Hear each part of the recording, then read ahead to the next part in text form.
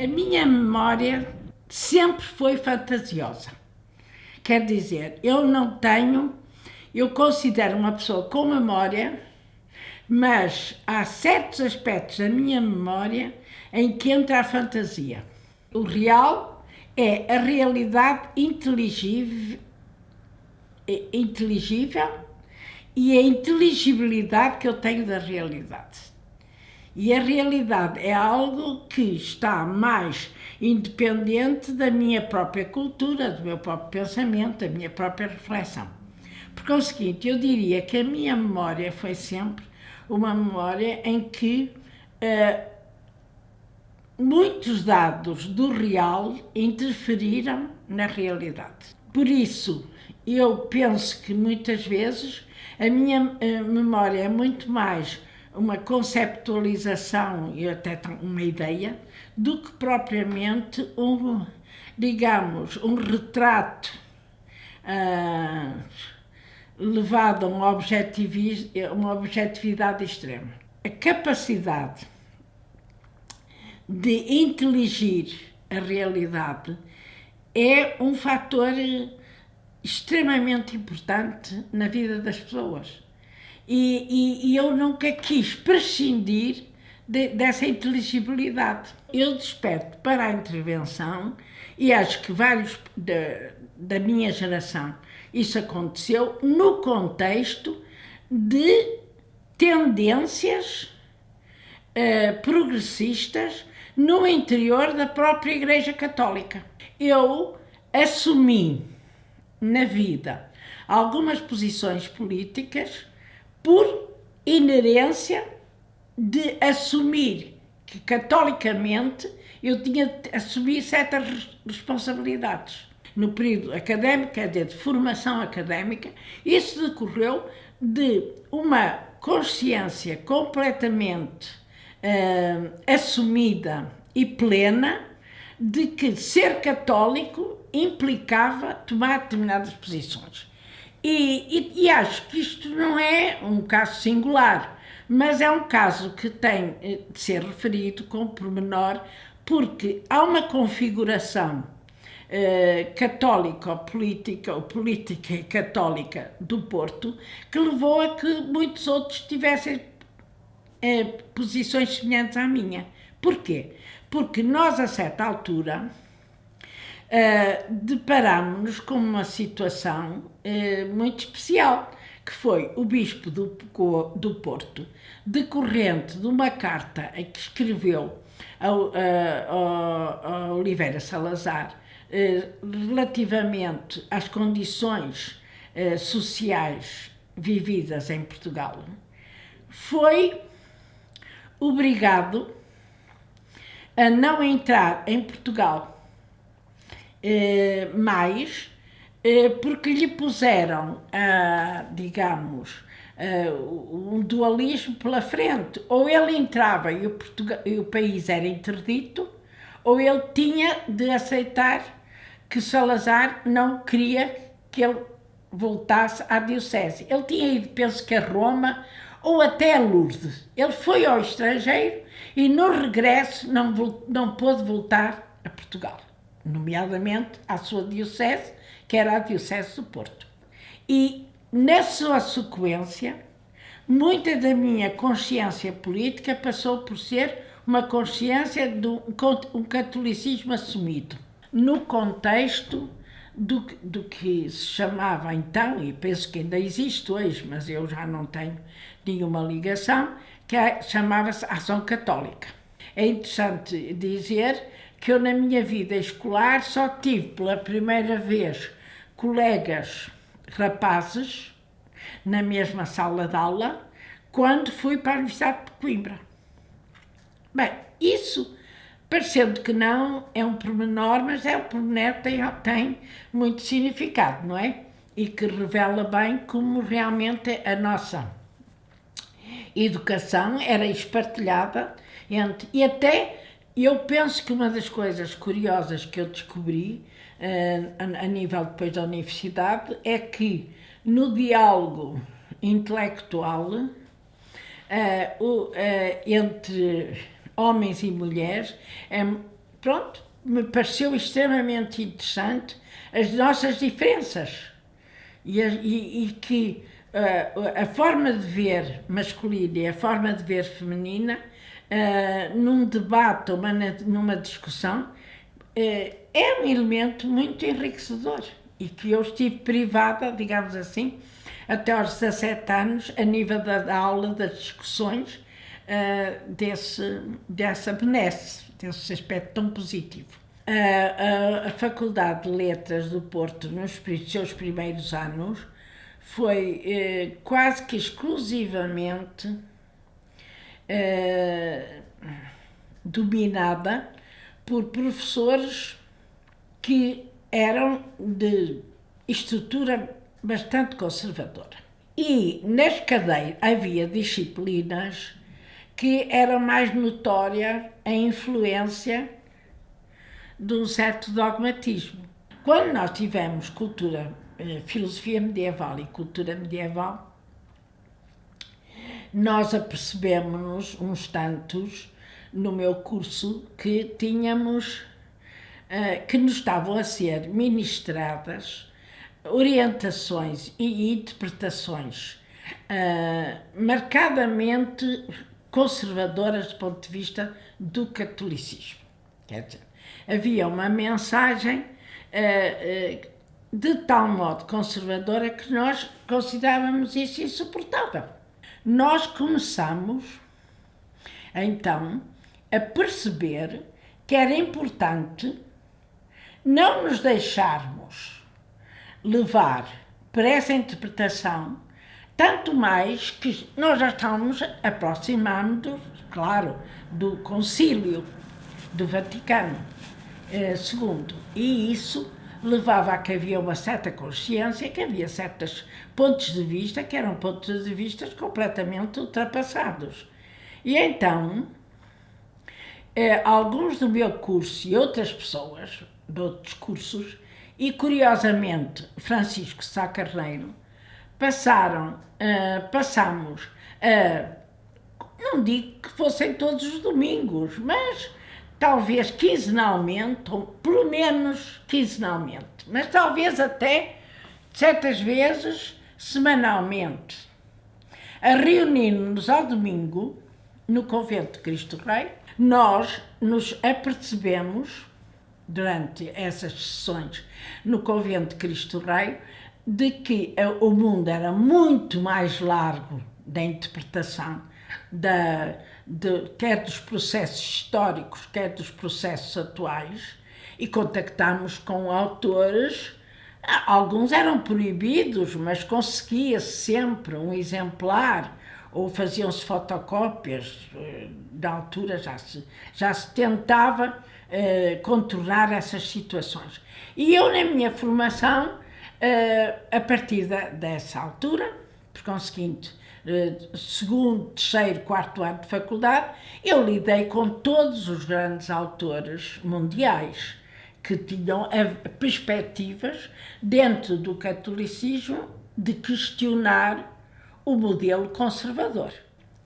E a partir daí eu situei-me sempre numa posição realmente de perceber que nós tínhamos uma obrigação de intervenção social, mas, como digo, não era o político pelo político, era sempre decorrente de se a pessoa é cristã e é católica, isso é inerente a certas posições políticas.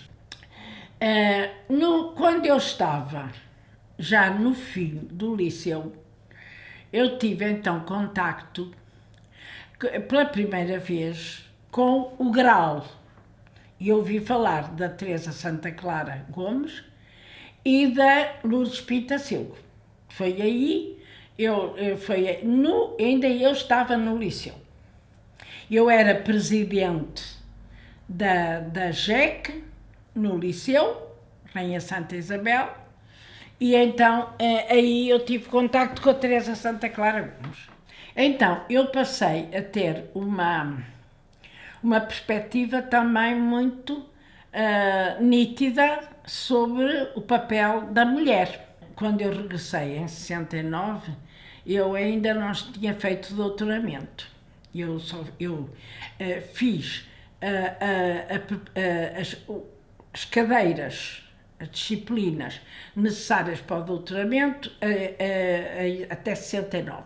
Depois vim para Portugal e nessa altura, quando vim para Portugal, é que fui trabalhar. Eu acho que foi um dos privilégios da minha vida, foi trabalhar no GIS.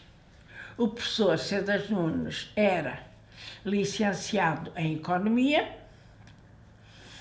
tinha desde sempre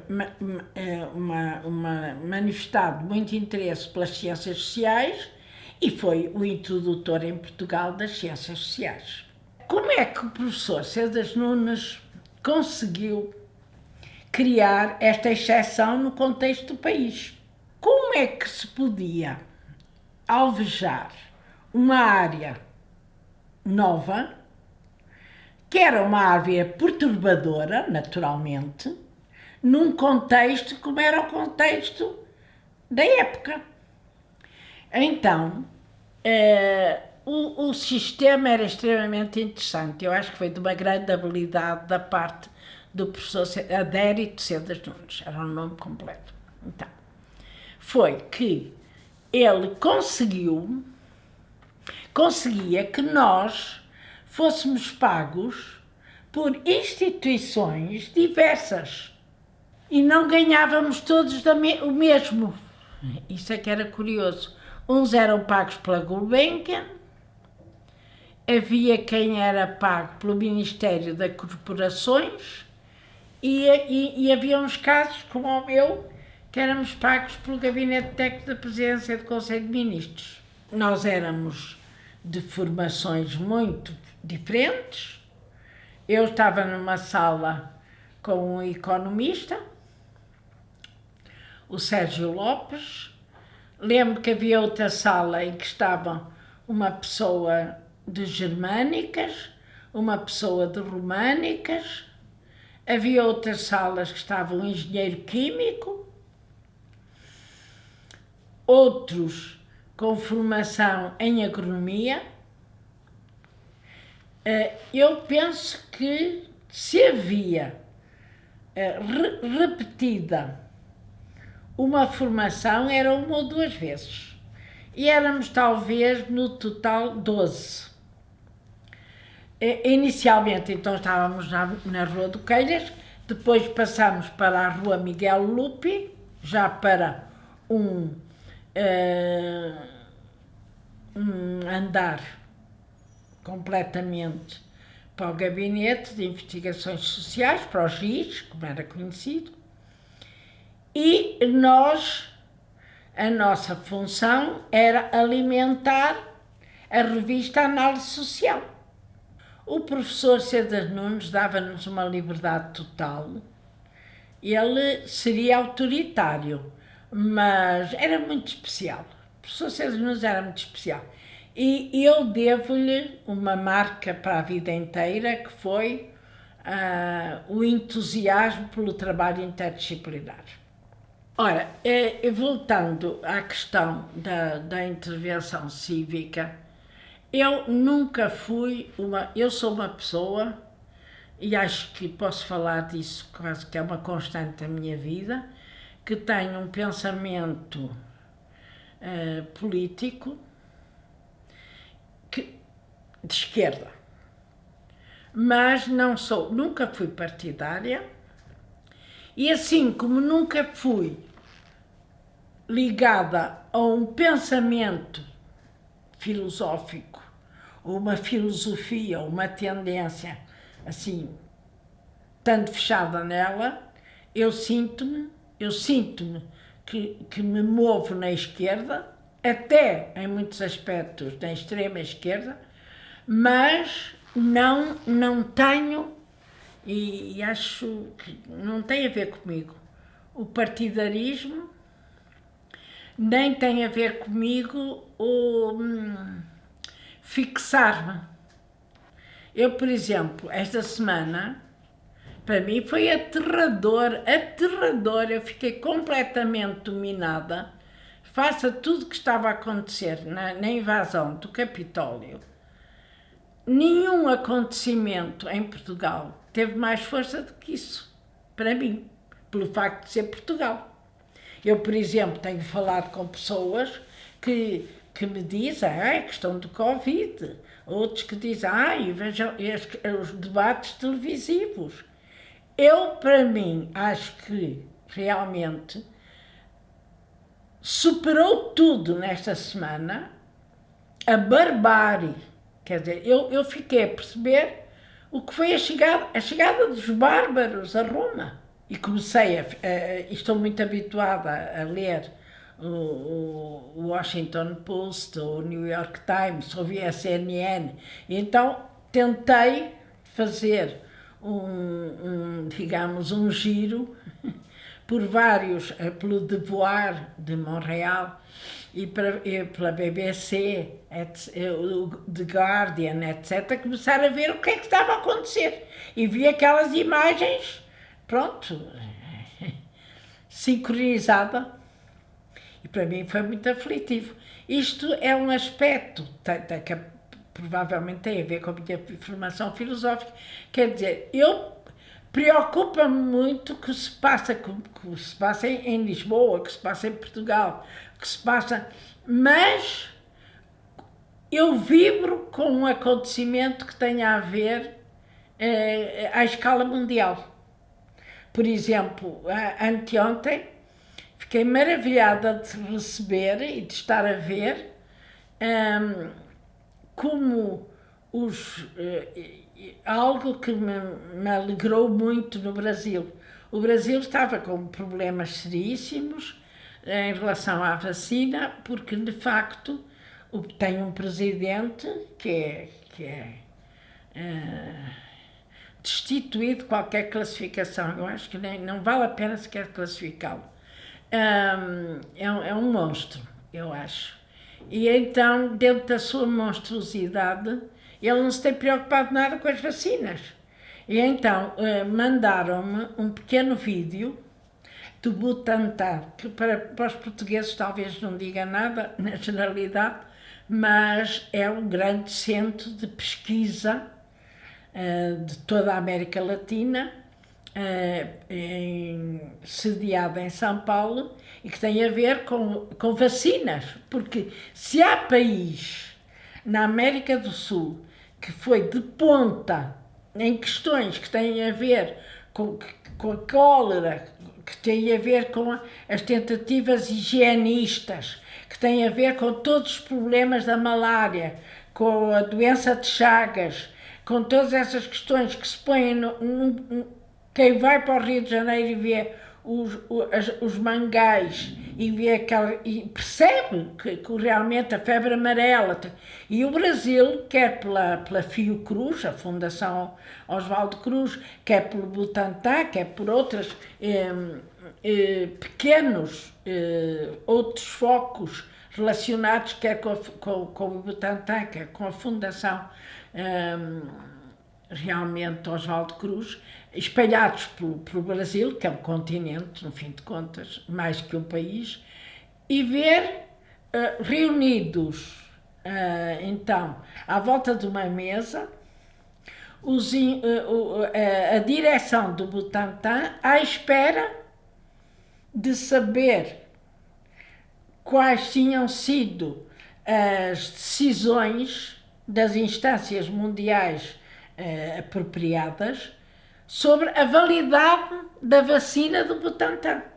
E lembro de ter visitado, como está a visitar, um local sagrado do conhecimento.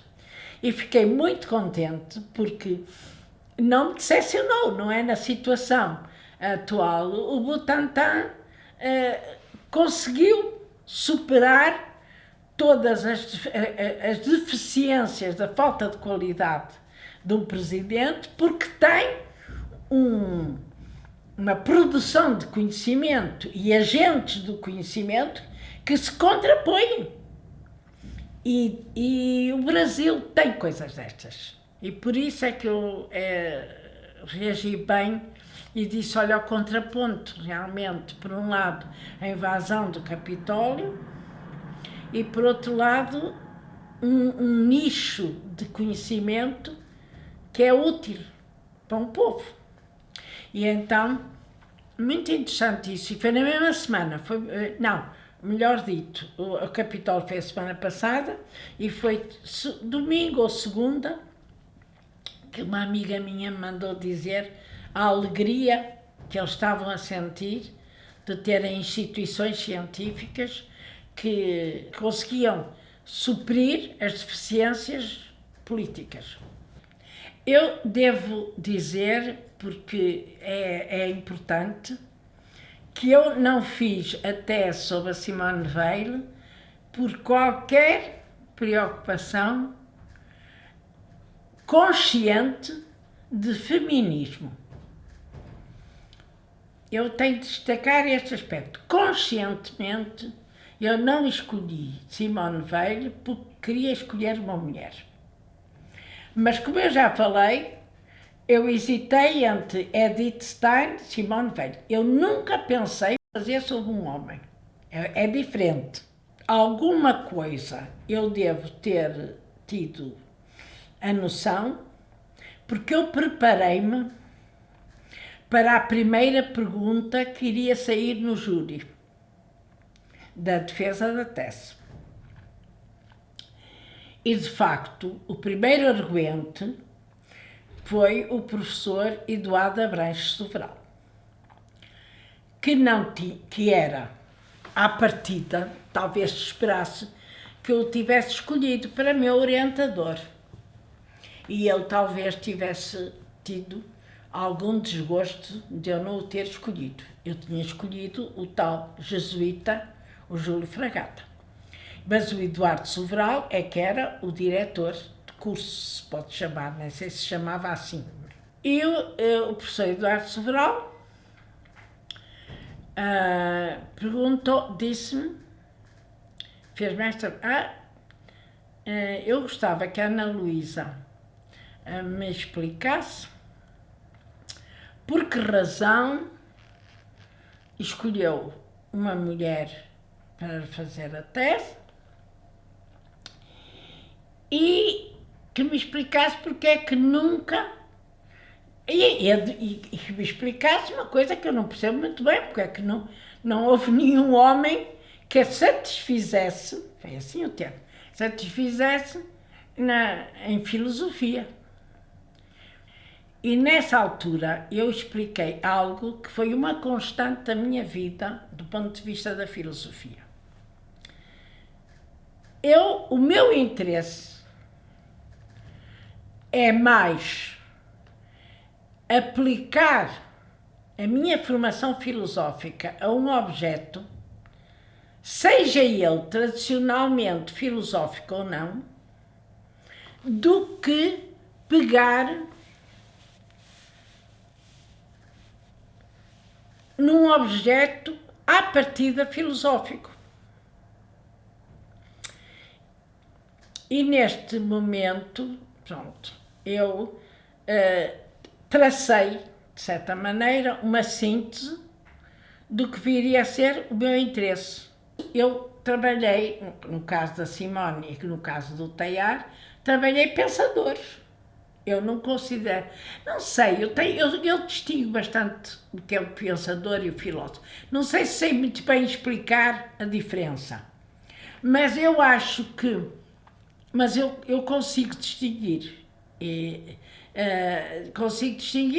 e acho que muitas vezes os pensadores são muito mais interessantes que os filósofos, mas os pensadores podem, os pensadores podem ser muito mais interessantes, mais criativos, mais imaginativos, mas não há dúvida que a grelha filosófica para abordar é muito importante, porque eu penso que uma das questões sérias é realmente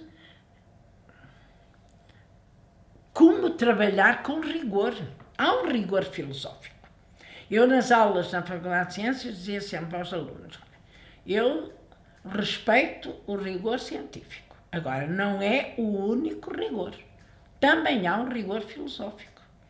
E isso, o rigor filosófico, que talvez até nem saiba muito bem explicar o quê, mas é uma prática, é uma exigência, é uma responsabilidade, é de levar até ao máximo as nossas capacidades reflexivas. Agora, evidentemente que provavelmente uma pessoa fala com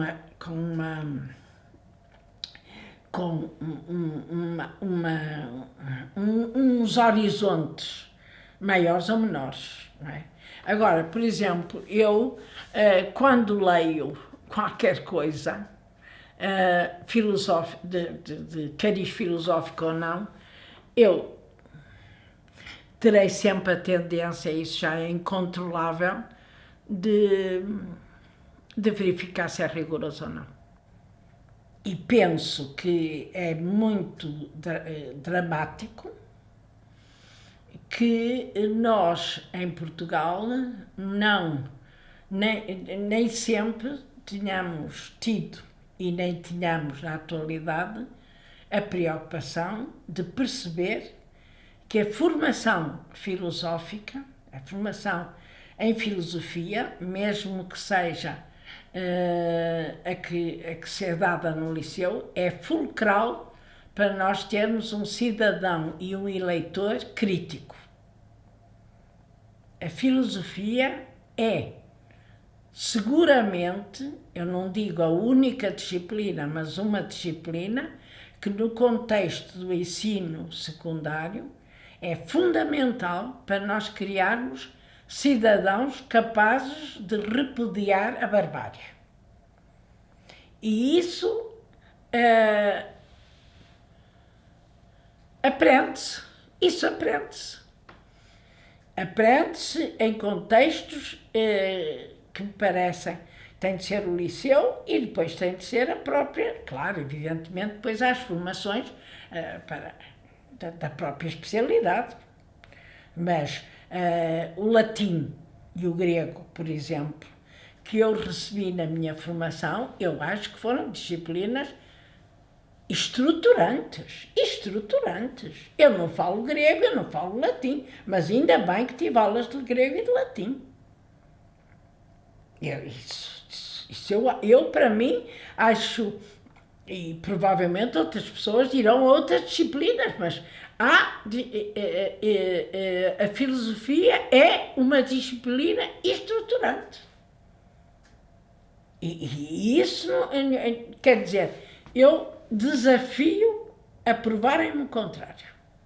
Porque acho que, e o importante não é de nós termos, a democracia é importante, mas também, assim como a Grécia foi a pátria, parece, segundo consta pelo menos da história que a gente nos conta, que foi a pátria da democracia, a democracia e a filosofia estão intimamente ligadas.